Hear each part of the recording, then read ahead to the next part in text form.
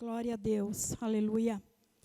Vamos abrir a nossa Bíblia em Mateus, capítulo 11, versículo 28.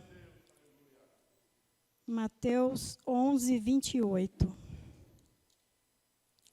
Palavra bastante conhecida, mas a cada dia a gente aprende mais com a palavra do Senhor. Glória a Deus, aleluia.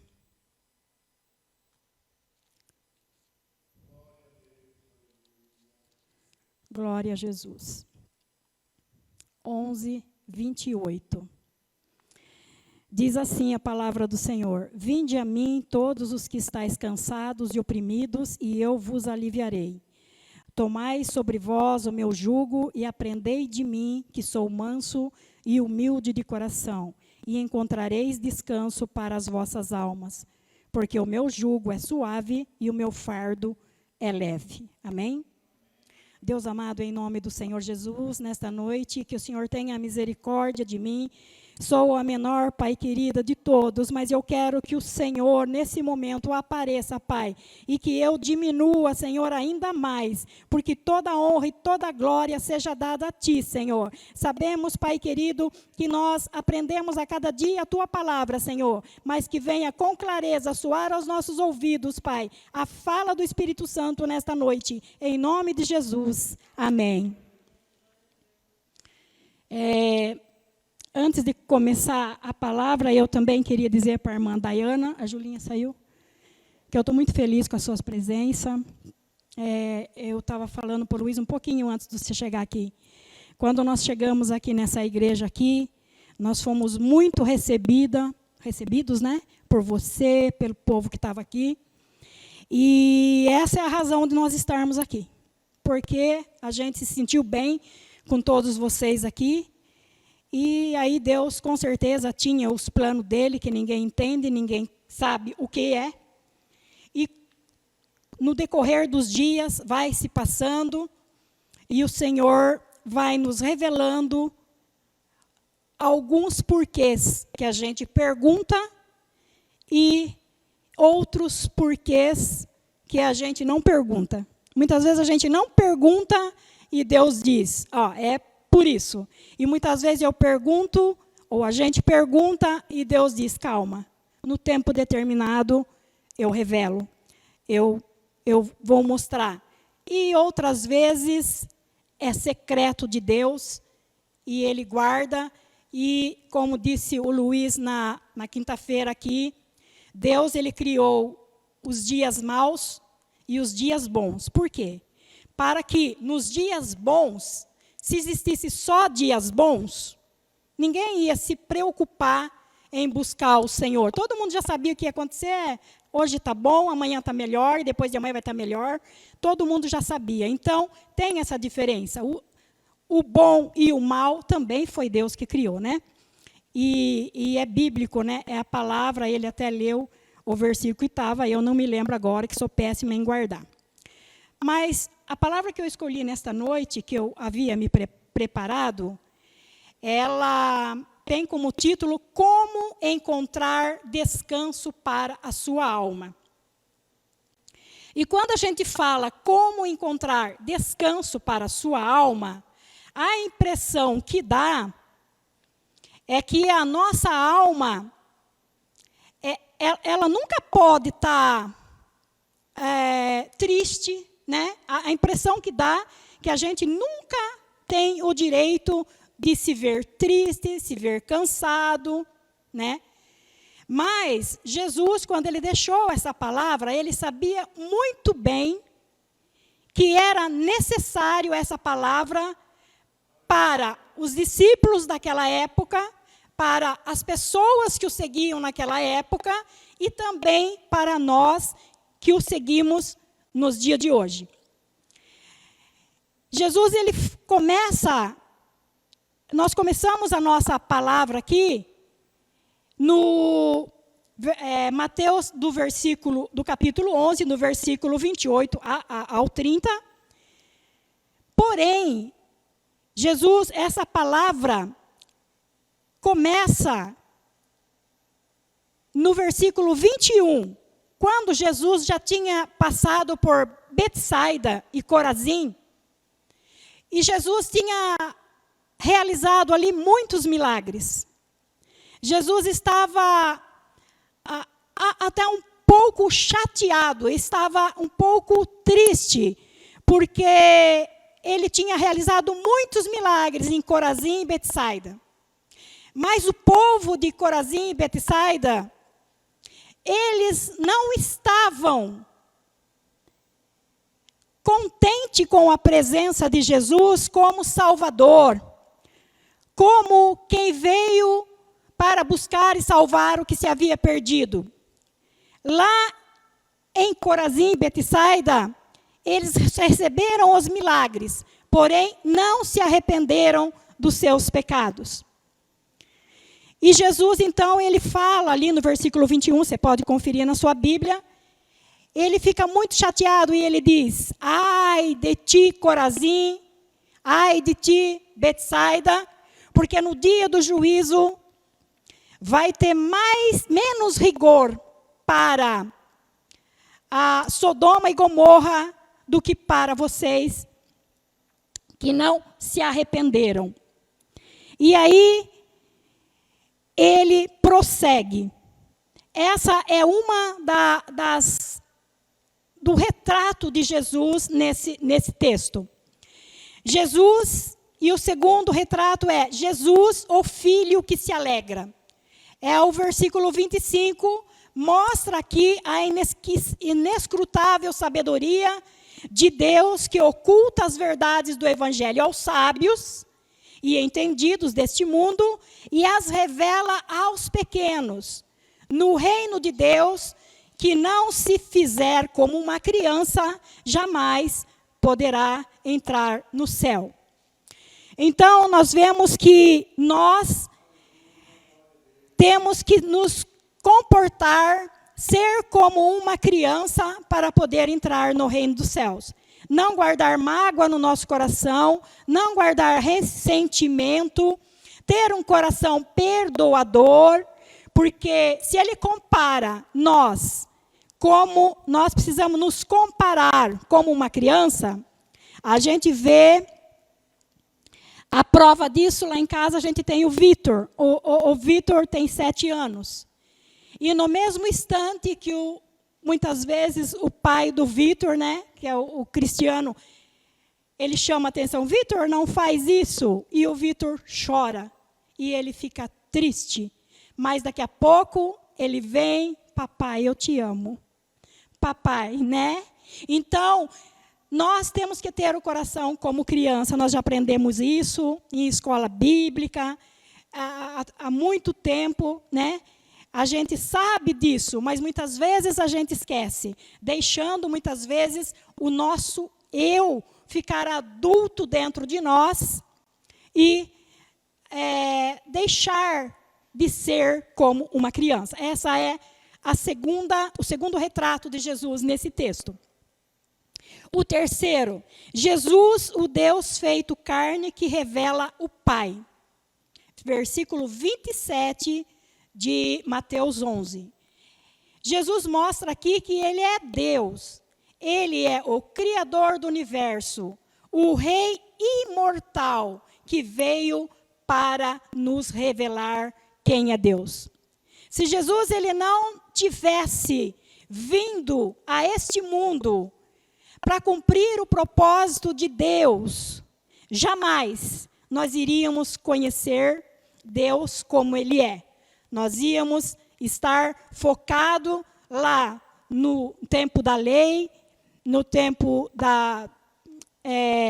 como mostrava lá os escribas e os fariseus, de uma maneira que Jesus veio para aliviar, muitas vezes, o fardo e mostrar que Deus é um Pai amoroso, que Ele ama os seus filhos, que Ele está sempre pronto a nos resgatar, nos perdoar e nos fazer vencedores, ser vitoriosos nessa vida aqui.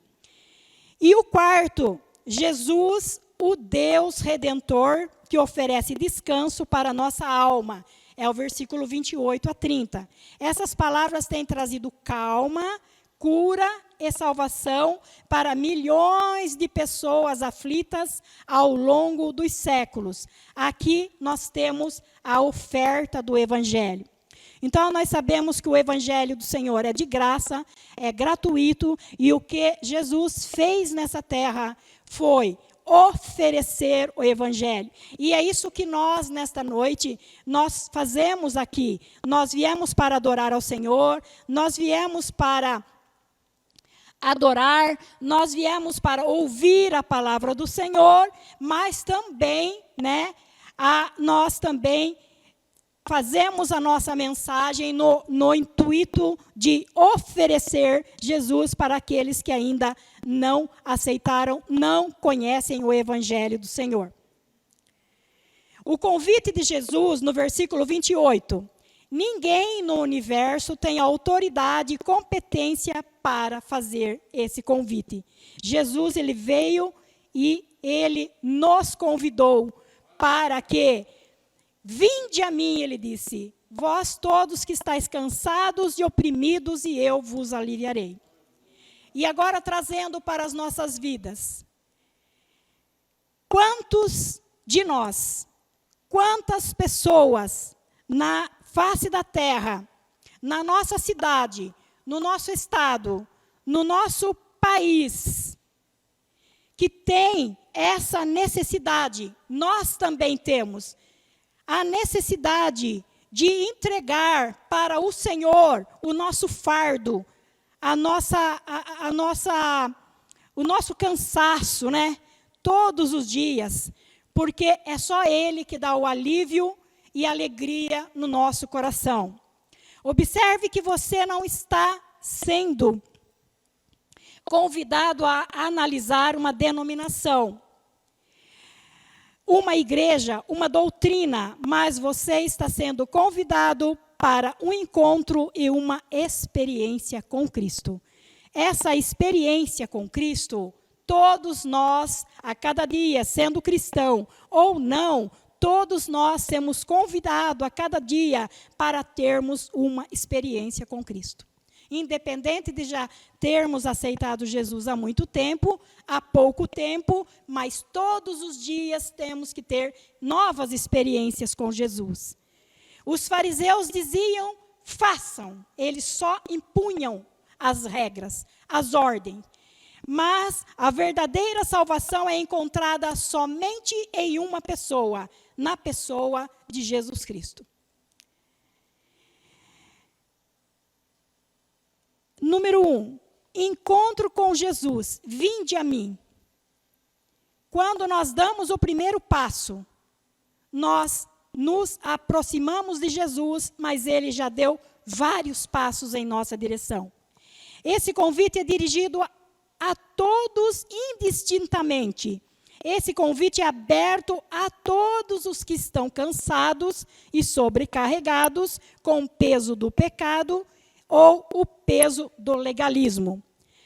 Como eu disse agora há pouco, a palavra que está sendo pregada esta noite, ela é para cada um de nós, porque ainda que somos cristãos, ainda que já aceitamos a palavra de Jesus, ainda que já aceitamos esse vinde a mim, muitas vezes, alguns de nós ainda carregamos o fardo do pecado ou o peso do legalismo.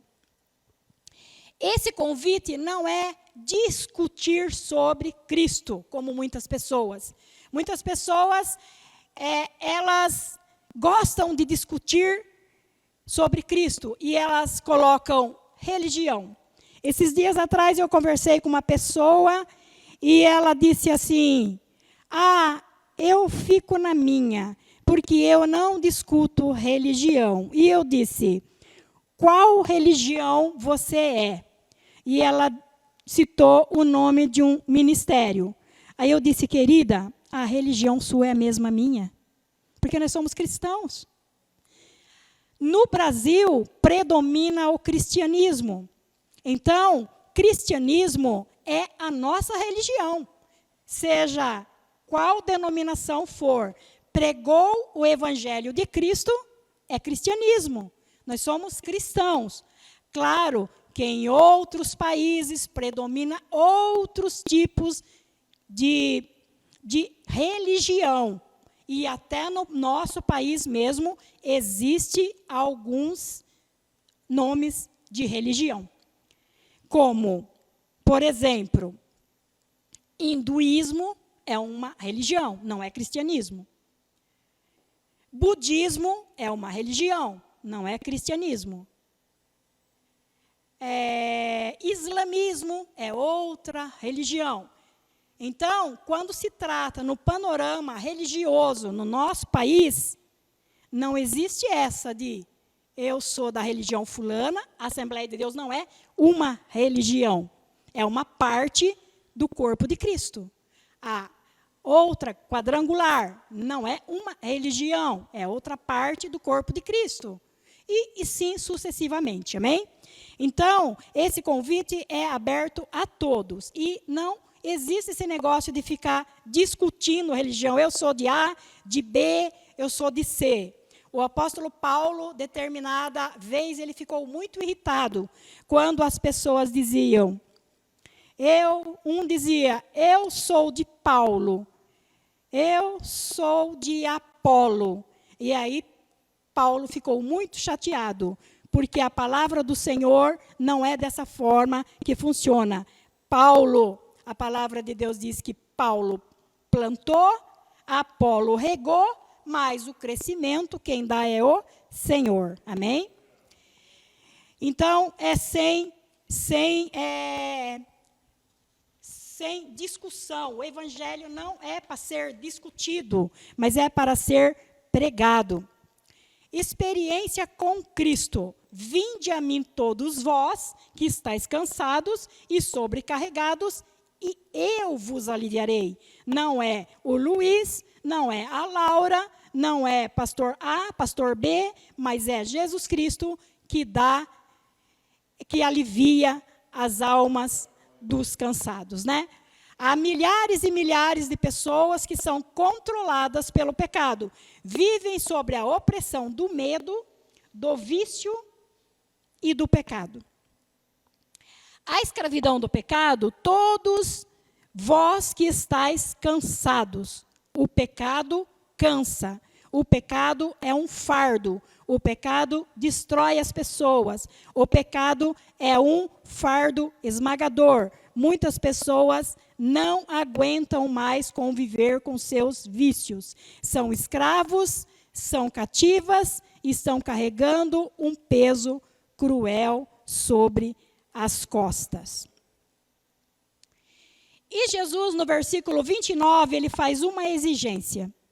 Lembre-se que foi um carpinteiro de Nazaré. Certamente ele fez muitas cangas para colocar debaixo do mesmo jugo os animais de trabalho. Ao usar essa metáfora, Jesus está nos falando sobre duas coisas. Esta obrigação é para aceitar um relacionamento com Cristo. Versículo 29. Tomai sobre vós o meu jugo. Há muitas pessoas que buscam se deleitar nos benefícios do Evangelho, como foi que a gente pregou aqui no começo, no versículo 21, Corazim e Betsaida. Mas o verdadeiro benefício do Evangelho é a salvação das nossas almas. Por isso, Jesus diz, para nós nos chegarmos a Ele, tomai sobre vós o meu jugo, né? Porque o jugo do Senhor é suave. O jugo fala também do serviço sob o controle de Cristo. Assim como dois bois trabalham debaixo do mesmo jugo, o Senhor Jesus deseja que estejamos ligados a Ele no serviço do reino de Deus. Marcos 16, 20. Então, o que eu queria estar passando nesta noite é o desafio do aprendizado de Jesus, que eu havia preparado lá em casa.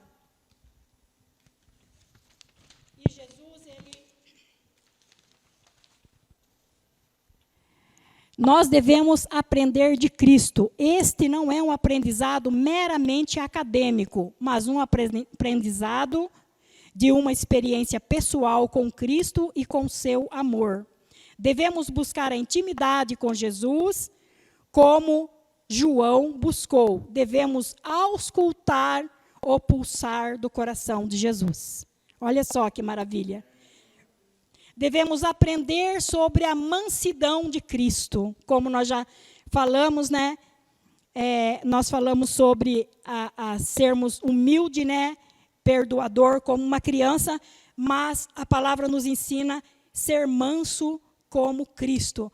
Mansidão não é fraqueza, mas é poder sob controle.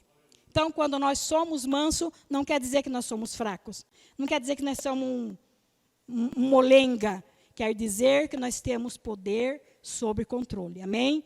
Foi o que Deus já tem falado, né? Através até dele aqui no começo do culto, que quando os nossos inimigos quererem nos colocar para baixo, fazer coisas que nos prejudicam, entregar na mão do Senhor. Isso é poder sob controle.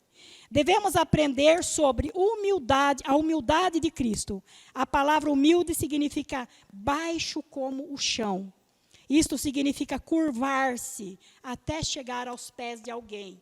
Ser humilde é fazer como Maria, que se assentava aos pés de Jesus. A palavra do Senhor diz que estavam Marta e Maria na casa delas. E a Maria assentou-se aos pés de Jesus para ouvir o seu ensino. Ela amava estar na presença do Mestre. Ela gostava de aprender do Mestre. Enquanto isso, todos nós já conhecemos a palavra, Marta ficava agitada de um lado para o outro, até que ela veio e reclamou para Jesus: Senhor, fala para minha irmã me ajudar, só eu estou fazendo tudo sozinha. Aí Jesus disse para Marta: a Maria escolheu a melhor parte. Então, a melhor parte da nossa vida é estar na casa do Senhor, é estar buscando ao Senhor, é estar buscando crescimento para as nossas almas. As nossas almas, ela anseia por crescimento, por paz interior, por viver experiências novas com Cristo. Por isso é importante nós estarmos na casa do Senhor todos os dias, para que Jesus venha preencher aquele vazio que muitas vezes se encontra no nosso coração.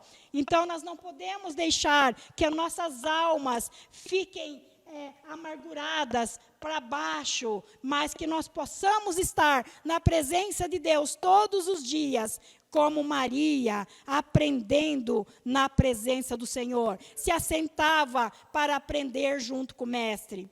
Nós devemos descansar em Cristo, versículo 29 ainda continua. Quanto mais nós aprendemos de Cristo, mais nós descansamos nele. Quanto mais nós temos intimidade com Cristo, mais nós encontramos descanso para as nossas almas.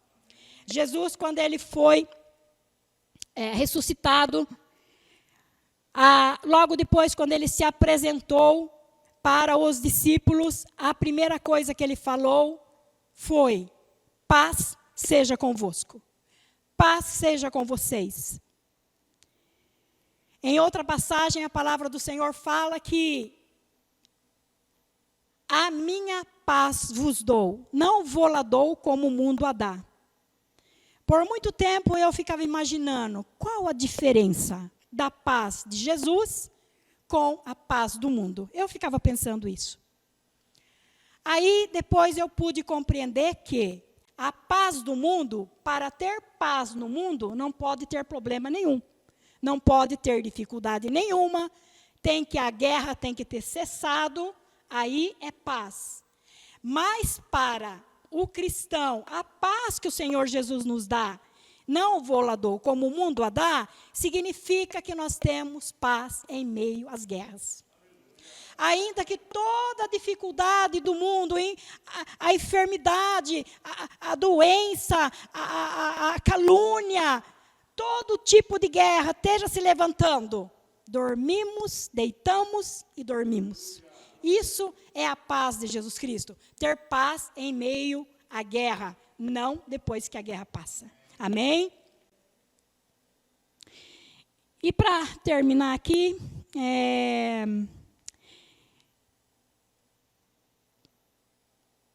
Paulo diz isso em outra forma. Agora já não sou eu, mas quem vive, mas Cristo é quem vive em mim. Quando nós passamos a fazer a vontade do Senhor, passamos a ter fome das coisas de Deus, o nosso eu começa a desaparecer e nós começamos a apresentar a vida de Cristo em nós. Por isso Paulo disse, agora já não sou mais eu que vivo, mas Cristo é que vive em mim. Devemos lançar não apenas as nossas ansiedades sobre Ele, mas toda a nossa vida, a nossa alma. Cristo é o nosso descanso. Ele é a nossa paz. Ele é a nossa cidade de refúgio. Em Cristo nós encontramos tudo isso. Podemos nos refugiar em Cristo, podemos ter a paz em Cristo, ainda que seja em meio à guerra, e podemos descansar em Cristo, ainda que esteja tudo ao contrário. Amém? A palavra fé coloca toda a sua alma, seu peso, seu fardo, sua vida sobre Cristo. Uma ilustração. Quando John Paton, o missionário que viveu nas Novas Hébridas, estava traduzindo a Bíblia para a língua nativa, ele estava tentando encontrar uma palavra própria para descrever fé. Um dia, depois de um tempo de trabalho árduo, chegou em sua casa cansado e jogou todo o seu peso sobre uma cadeira. Instantaneamente, ele gritou, achei a palavra fé. Né? É muito interessante isso. Então, fé é ter certeza, né? Certeza das coisas. Para concluir, o primeiro passo nós aprendemos nessa pequena reflexão que nós fizemos, né? Que já está meio comprida, que eu não gosto de falar muito tempo. Foram 3 coisas. Primeiro, a conversão. Em segundo lugar, serviço. E depois, discipulado. Então, são essas 3 verdades encontradas nesta palavra e que o próprio Jesus, ele nos ensinou, através do capítulo 11 de Mateus, no versículo 28 a 30, mas nós lemos desde o 21 para ver o contexto desta passagem. Amém? Então, o que fica para nós é isso. Primeiro, que nós possamos ser humildes, como uma criança, né? Ser manso, como Jesus foi, e que a cada dia nós possamos ter um coração perdoador. Amém? Que Deus abençoe a todos, e eu agradeço essa rica oportunidade em nome de Jesus.